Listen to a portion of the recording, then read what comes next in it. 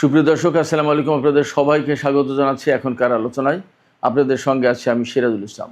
দর্শক, একজন আমেরিকান সেনাকে দুনিয়া থেকে বিদায় করতে পারলে অথবা জীবিত বা মৃত অবস্থায় ধরে দিতে পারলে 30,000 মার্কিন ডলার পুরস্কার ঘোষণা করা হয়েছে। এদিকে ইরানের সামরিক বাহিনীর জেনারেল স্টাফ মেজর জেনারেল আমির হাতামি তিনি বলেছেন, হরমুজ প্রণালী এলাকা থেকে আমেরিকাকে তাড়িয়ে দেওয়া হয়েছে এবং আর তারা কখনো ফিরতে পারবে না, স্থায়ীভাবে তাদেরকে বহিষ্কার করা হয়েছে। এদিকে মার্কিন প্রেসিডেন্ট ডোনাল্ড ট্রাম্পকে একজন বিভ্রান্ত ও পরাজিত ব্যক্তি হিসেবে উল্লেখ করেছেন জেনারেল আমির হাতামি। এদিকে ইরানের একজন শীর্ষ পর্যায়ের সামরিক কর্মকর্তা, যিনি এই যুদ্ধের বিষয়ে অনুসন্ধান কমিটির প্রধান ব্রিগেডিয়ার জেনারেল সাইয়েদ মোহাম্মদ বাকির জাদে, তিনি বলেছেন কাতারের হাতে ইরানের 3 পাইলট আটক আছে এবং তাদেরকে সরেজমিনে পরিদর্শন করার অনুমতি দেওয়ার আহ্বান জানিয়েছেন তিনি কাতারের প্রতি। কিন্তু কাতার বলছে ইরানের কোনো পাইলট কাতারের হাতে বন্দী নেই। ব্যাপারটা নিয়ে বেশ একটা জটিল অবস্থা তৈরি হচ্ছে মনে হচ্ছে। এদিকে ইরান এবং মধ্যপ্রাচ্যের যে পরিস্থিতি, এই যুদ্ধকে কেন্দ্র করে মার্কিন প্রেসিডেন্ট ডোনাল্ড ট্রাম্পের জনপ্রিয়তায় মারাত্মক রকমের ধস নেমেছে। নতুন এক জরিপে দেখা যাচ্ছে আগামী নভেম্বরে যে মিড টার্ম ইলেকশন আছে, সেই ইলেকশনে 55% ভোটার ট্রাম্পের বিপক্ষে ভোট দিয়েছেন এবং গত মাসে যে অবস্থা ছিল তার চেয়ে 8% আরও ডাউন হয়েছে, পতন হয়েছে জনপ্রিয়তার। অর্থাৎ ডোনাল্ড ট্রাম্প মারাত্মক রকমের চ্যালেঞ্জের মুখে এখন আগামী মিড টার্ম ইলেকশনের জন্য। সুপ্রিয় দর্শক, এই বিষয়গুলো নিয়েই মূলত আজকের ভিডিওতে আমি আলোচনা করার চেষ্টা করব। আশা করি আপনারা সবাই শেষ পর্যন্ত সঙ্গে থাকবেন, আর ভিডিও ভালো লাগলে লাইক কমেন্ট শেয়ার করবেন এবং চ্যানেলটি সাবস্ক্রাইব করে সাথেই থাকবেন। দর্শক, প্রথমে বলি, ইরানের সামরিক বাহিনীর জেনারেল স্টাফ মেজর জেনারেল আমির হাতামি তিনি একসময় ইরানের প্রতিরক্ষা মন্ত্রী ছিলেন। প্রেসিডেন্ট রুহানির আমলে তিনি প্রতিরক্ষা মন্ত্রী ছিলেন। তিনি বলেছেন, তার মানে খুবই গুরুত্বপূর্ণ কর্মকর্তা মেজর জেনারেল। ইরানে এখনও পর্যন্ত সম্ভবত মেজর জেনারেলই সর্বোচ্চ র্যাঙ্ক। তো এই আমির হাতামি বলছেন যে একজন আমেরিকান সেনাকে হত্যা করতে পারলে, এটা আমি আমার কথা বলছি না, তার কথা বলছি, তিনি বলেছেন, আমির হাতামি বলেছেন যে একজন আমেরিকান সেনাকে হত্যা করতে পারলে 30,000 ডলার পুরস্কার দেওয়া হবে। আর যদি একজন আমেরিকান সেনাকে ধরে দেওয়া হয় তো একই পরিমাণ পুরস্কার। তো আর একজন আমেরিকান সেনাকে যদি ধরে আনা হয়, ইরানি সামরিক বাহিনীর কাছে ধরে হস্তান্তর করা হয়, তাহলেও একই পরিমাণে পুরস্কার দেওয়া হবে। এখানে তিনি মজার আর একটা ঘোষণা দিয়েছেন যে এই যে হত্যার কাজটা অথবা ধরে আনার কাজটা, মার্কিন সেনাদেরকে আটক করার কাজটা, এটা যদি কোনো নারী করতে পারে তাহলে পুরস্কার হবে ডাবল। শুধু তাই না, যে অস্ত্র ব্যবহার করা হবে সেই অস্ত্রকে ইরানের সামরিক বাহিনী কিনে নেবে এবং ইরানের বিশেষ কোনো জাদুঘরে বিশেষ মর্যাদায় সেই অস্ত্র রাখা হবে। জেনারেল আমির হাতামির এই যে ঘটনা কিন্তু বিশ্বে তোলপাড় সৃষ্টি করেছে। এই ঘোষণার কারণে সম্ভবত মধ্যপ্রাচ্যে মার্কিন সেনাদের উপস্থিতি আরও বেশি নাজুক হয়ে গেল। মার্কিন সেনারা এখানে উপস্থিত থাকতে, অর্থাৎ এই অঞ্চলে মোতায়েন থাকতে খুব ভয়ের ভেতরে থাকবে। জেনারেল আমির হাতামি আরও বেশ কিছু কথা বলেছেন। তিনি মার্কিন প্রেসিডেন্ট ডোনাল্ড ট্রাম্পকে একজন বিভ্রান্ত ও পরাজিত ব্যক্তি হিসেবে উল্লেখ করেছেন। তিনি বলেছেন, ডোনাল্ড ট্রাম্প কখন কি বলেন আর কখন কি করেন তার কোনো ঠিক ঠিকানা নেই, এবং ফ্যাক্ট হচ্ছে মার্কিন সেনারা মধ্যপ্রাচ্যে পরাজিত হয়েছে। আর ডোনাল্ড ট্রাম্পের যে বিভ্রান্তিকর কর্মকাণ্ড, এর জন্য তিনি তাকে একজন বিভ্রান্ত ব্যক্তি হিসেবে উল্লেখ করেছেন। একই সাথে জেনারেল আমির হাতামি তিনি আরও কিছু কথা বলেছেন।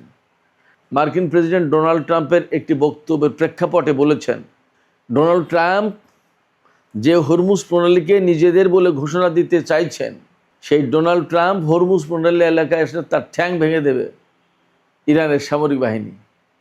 তিনি ঠিক ঠ্যাং বলেননি, বলেছেন পা ভেঙে দেবে। কিন্তু আমরা তো এমনি সাধারণ কথা বলি না যে একেবারে ঠ্যাং ভেঙে দেবো, সেই ঠ্যাং ভেঙে দেওয়ার মতোই কথা আসলে। তিনি বলেছেন যে ট্রাম্পের একেবারে পা ভেঙে দেবে কারা? হরমুজ প্রণালীর যারা রক্ষক। হরমুজ প্রণালীর যারা রক্ষক, কারা রক্ষক? তিনি বলেছেন ইরানের সেনারা হরমুজ প্রণালীর রক্ষক এবং ইরানের সেনারাই ডোনাল্ড ট্রাম্পের পা ভেঙে দেবে।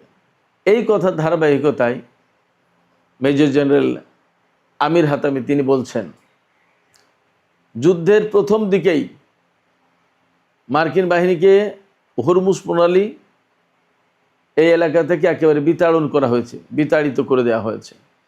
একটা দিনের জন্যও যুদ্ধ শুরুর পরে মার্কিন সেনারা পারস্য উপসাগর এবং হরমুজ প্রণালীতে ঢুকতে পারেনি। শুধু তাই না, তিনি আরও গুরুগম্ভীর অত্যন্ত গুরুত্বপূর্ণ একটা তথ্য দিয়েছেন। তিনি বলেছেন আমেরিকা যে তাদের দ্বিতীয় বৃহত্তম বিমানবাহী রণতরী আব্রাহাম লিঙ্কন মোতায়েন করেছিল ভারত মহাসাগরে, এই জাহাজে অন্তত একবার ইরানের সেনারা হামলা চালিয়েছে, সফলভাবে হামলা করতে, আঘাত হানতে সক্ষম হয়েছে। গত 2-3 দিন আগে একটা খবরে বলা হচ্ছিল, আমি ওই অংশটা তখন আসলে এড়িয়ে গেছি যে ব্যাপারটা কি আমি ক্লিয়ার হতে পারিনি। সেই খবরে বলা হচ্ছিল যে আব্রাহাম লিঙ্কনের যে সমস্ত সংকট, ওয়াশরুমের সংকট, গোসলখানার সংকট, সাবান নেই, দুধ নেই, খাবার দাবার কম, এরকম নানাবিধ সংকটের কথা বলছিল। আরেকটা সংকটের কথা বলা হচ্ছিল যে এই জাহাজের ডেকে সমস্যা আছে। তো জাহাজের ডেকে কি সমস্যা এবং সেটার সাথে সেনাদের কি সম্পর্ক আমি সেটা বুঝতে পারছিলাম না। এখন বুঝলাম যে ওই যে ইরানের ক্ষেপণাস্ত্র আঘাত করেছিল সেই ডেক ভেঙে চুরে গেছে। জাহাজের যে ডেক থেকে বিমানগুলো, যুদ্ধ বিমানগুলো উড়ে যে হামলা চালায়, সেই ডেক ক্ষতিগ্রস্ত হয়েছে এবং সেনারা স্বাভাবিক কার্যক্রম চালাতে পারছে না। এটাও তো আরেকটা বিষয়। এবং হুট করে যে সেই জাহাজ ঠিক করে ফেলবে তাও মনে হয় পারেনি। এবং আমরা তো পরবর্তীতে দেখেছি মার্কিন সেনারা ভারত মহাসাগরে এই রণতরী নিয়ে থাকলেও একটা পর্যায়ের আমেরিকার বিরুদ্ধে কিন্তু তারা হামলা চালাতে পারছিল না। অন্যান্য সংকটের সাথে এই জাহাজ থেকে বিমান হামলা চালানোর মতো পরিবেশও মনে হয় ছিল না, এটা বোঝা যাচ্ছে। আমির হাতামি সেই কথাই বলেছেন যে অন্তত একবার ইরান সফলভাবে এই আব্রাহাম লিঙ্কন বিমানবাহী রণতরীতে ক্ষেপণাস্ত্র দিয়ে আঘাত হানতে সক্ষম হয়েছে। ব্যাপারটা যদি তাই হয় তাহলে এটা ইরানের জন্য অনেক বড় ব্যাপার। আমেরিকার কোনো জাহাজই ইরানের ক্ষেপণাস্ত্রের আওতায় নিরাপদ নয়, এটা পরিষ্কার হয়। আমি আপনাদেরকে এই ফাঁকে আরেকটা তথ্য দিই। এই তথ্যটা গত 2-3 দিন ধরে ঘুরছে, আমি আসলে উল্লেখ করিনি, কিন্তু এই প্রসঙ্গক্রমে আমি উল্লেখ করছি। সেটা হচ্ছে ইরান গত 2-3 দিন ধরে একটা প্রদর্শনী করেছে একেবারে পাহাড়ের অভ্যন্তরে গভীরে বিশেষ একটা জায়গায়। তাতে দেখানো হয়েছে এই যুদ্ধের সময় ইরানের ক্ষেপণাস্ত্র এবং ইরানি সেনাদের হামলায় কিভাবে মার্কিন F-15, তারপরে হারকিউলিস বিমান বা আরও যে সমস্ত বিমান ভূপাতিত হয়েছে। এরপরে 170টা ড্রোন দেখিয়েছে। আমেরিকা এবং ইসরায়েলের ড্রোন ভূপাতিত করেছে ইরান। সেই সমস্ত ড্রোনের ভগ্নাংশ কোনোটা প্রায় অক্ষত, বিভিন্ন ড্রোন, বিভিন্ন বিমান বিভিন্ন পর্যায়ে, কোনোটা ভাঙা চোরা পার্টসপত্র এগুলো দেখিয়েছে। তার মানে হচ্ছে ইরান আসলে আমেরিকার সামনে এই যুদ্ধে মূর্তিমান আতঙ্ক হয়ে দেখা দিয়েছিল। এবং ইরানের পক্ষ থেকে আমেরিকার বিরুদ্ধে যে সমস্ত অভিযান চালানো হচ্ছে এগুলো আশ্চর্যজনক অভিযান। এই সমস্ত অভিযানে আমেরিকা যে এইরকমভাবে নাকানি চুবানি খেয়ে যাবে হয়তো ইরান নিজেও এটা কল্পনা করতে পারেন। এবং পরবর্তীতে ইরান কিন্তু এই অভিযানের মাত্রা বা তাদের প্রতিরোধের মাত্রা কিন্তু বাড়িয়ে দিয়েছে ধীরে ধীরে। তার মানে ইরান বুঝে গেছে আমেরিকার দুর্বলতাগুলো কোথায়। এই দুর্বলতাগুলো খুঁজে খুঁজে ইরান হিট করেছে। ইরানের সামরিক বাহিনী আজকে আমেরিকাকে একেবারে পরিপূর্ণভাবে পরাজিত করার অঙ্গীকার ব্যক্ত করেছেন। তারা বলেছেন, ইরানের সামরিক বাহিনী বলেছে যে মধ্যপ্রাচ্য অঞ্চল থেকে মার্কিন সেনাদের একদম চূড়ান্তভাবে চলে যাওয়ার এটা হচ্ছে রেড লাইন। এই অবস্থা পরিপূর্ণ করা না পর্যন্ত ইরান যুদ্ধ থামাবে না এবং আমেরিকার বিরুদ্ধে অভিযান চলতে থাকবে এবং মধ্যপ্রাচ্যে আমেরিকার কোনো সেনা থাকতে পারবে না। এইটা হচ্ছে ইরানের পক্ষ থেকে চূড়ান্ত ঘোষণা এবং চূড়ান্ত দাবি, চূড়ান্ত লক্ষ্য। এর মানে হচ্ছে আমি যা মনে করছি, আমি বেশ কিছুদিন ধরেই বলেছি যে আমেরিকার সেনারা মধ্যপ্রাচ্যে থাকতে পারবে না এবং ইরান এখন সেই ঘোষণাই কিন্তু দিচ্ছে যে মধ্যপ্রাচ্য অঞ্চলে আমেরিকা থাকতে পারবে না, আমেরিকার সেনারা থাকতে পারবে না। এবং এই যে জেনারেল আমির হাতামি বললেন যে হরমুজ প্রণালী এলাকায় আমেরিকার সেনারা ঢুকতে পারেনি আর তাদের কখনো ঢুকতে দেওয়া হবে না, হরমুজ স্থায়ীভাবে আমেরিকা ইসরায়েলের জন্য নিষিদ্ধ হয়ে গেছে। এবং জাতীয় সংসদ থেকেও কিন্তু এই ধরনের একটা প্রস্তাব বা বিল পাশ করা হয়েছে।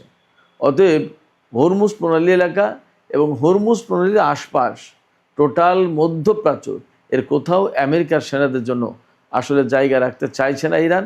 তারা কতদিনে এই ঘোষণা, এই অঙ্গীকার বাস্তবায়ন করতে পারবে সেটা একটা দেখার বিষয়। সুপ্রিয় দর্শক, আমরা গতকালকে বলেছিলাম একটা ভিডিওতে যে ইরানের অন্তত 3 জন পাইলট কাতারে বন্দী রয়েছে। তারা মার্চের 2 তারিখে কাতারে বিমান হামলা চালাতে গিয়েছিল SU-24 মডেলের বিমান নিয়ে। বিমান হামলা চালিয়ে, বোমা হামলা চালিয়ে ফেরার পথে দুটো বিমানই কাতারি বাহিনী বা মার্কিন বাহিনীর হাতে বিধ্বস্ত হয় এবং তার ভিতরে একজন সেনা মারা যায় আর 3 জন সেনা আটক রয়েছে কাতারের কারাগারে। এটা ইরানের দাবি। এই দাবির পরে কাতার বলছে যে না, তাদের কাছে কোনো সেনা বা পাইলট আটক নেই এবং এই দাবিটা ঠিক না। এখন ইরানের পক্ষ থেকে এই যে যুদ্ধে যে সমস্ত ব্যক্তি নিখোঁজ টিখোঁজ হয়েছে এই সমস্ত ব্যাপারে অনুসন্ধান কমিটি গঠন করা হয়েছে সামরিক বাহিনীর পক্ষ থেকে। সেই অনুসন্ধান কমিটির প্রধান ব্রিগেডিয়ার জেনারেল সৈয়দ মোহাম্মদ বাকেরজাদে তিনি বলেছেন যে কাতারের ভেতরে ইরানের এই 3 পাইলট আটক আছে কিনা প্রয়োজনে আমরা সার্চ করতে যাই, আমাদেরকে সেই দেশে ঢোকার অনুমতি দেওয়া হোক, আমরা খুঁজি। তাতে মনে হচ্ছে ইরান এখানে মূলত কাতারকে দায়ী করছে না, এখানে হয়তো আমেরিকা আটকে রেখেছে কাতারকে, সে কথা বলতে দিচ্ছে না। এই জন্য ইরান বলছে যে আমরা আসি এবং আমরা অনুসন্ধানটা করি। এখন কাতার যদি এই ব্যাপারে কোনো সাড়া না দেয়, অর্থাৎ ইরানকে যদি তাদের পাইলট ফেরত না দেয় অথবা তাদের পাইলট অনুসন্ধানের জন্য যদি সুযোগ না দেয়, তাহলে ইরানের সাথে কাতারের সম্পর্কের কি পরিস্থিতি দাঁড়াতে পারে সেটা কিন্তু একটা প্রশ্ন সাপেক্ষ ব্যাপার।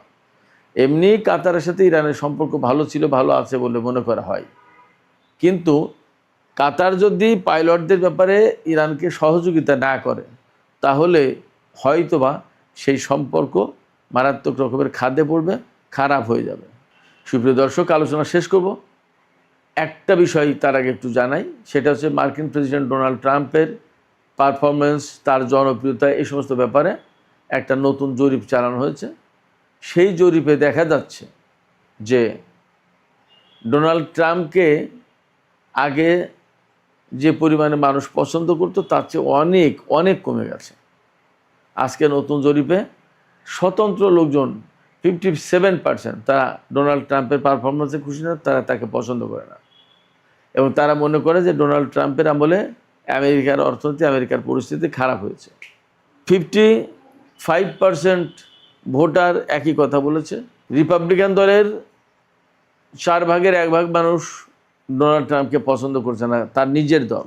আর 3 ভাগের 2 ভাগ মানুষ মনে করছে যে দেশের অর্থনীতি, দেশ ভুল পথে পরিচালিত করছে ডোনাল্ড ট্রাম্প।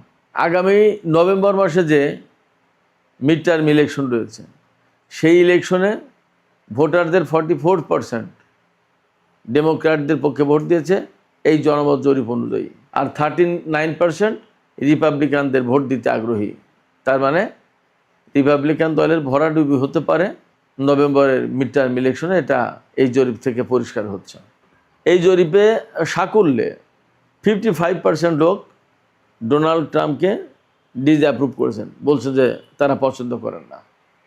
এর মানে ইরান যুদ্ধ মার্কিন প্রেসিডেন্ট ডোনাল্ড ট্রাম্প এবং তার দল রিপাবলিকান পার্টির জন্য একটা বিপর্যয় ডেকে এনেছে, একথা মোটামুটি বলা যাচ্ছে।